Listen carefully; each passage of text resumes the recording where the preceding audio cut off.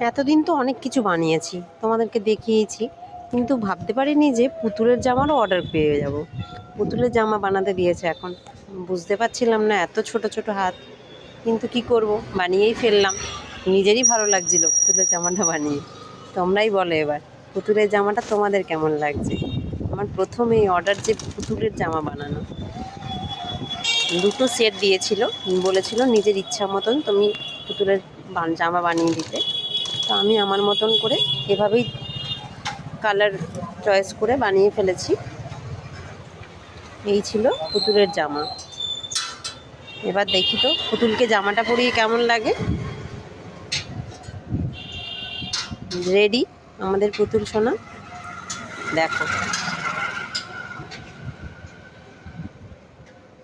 তোমরা প্লিজ কমেন্টে জানিও তোমাদের কেমন লাগছে জামা দুটো। Tata bye. ভালো লাগলে লাইক করো।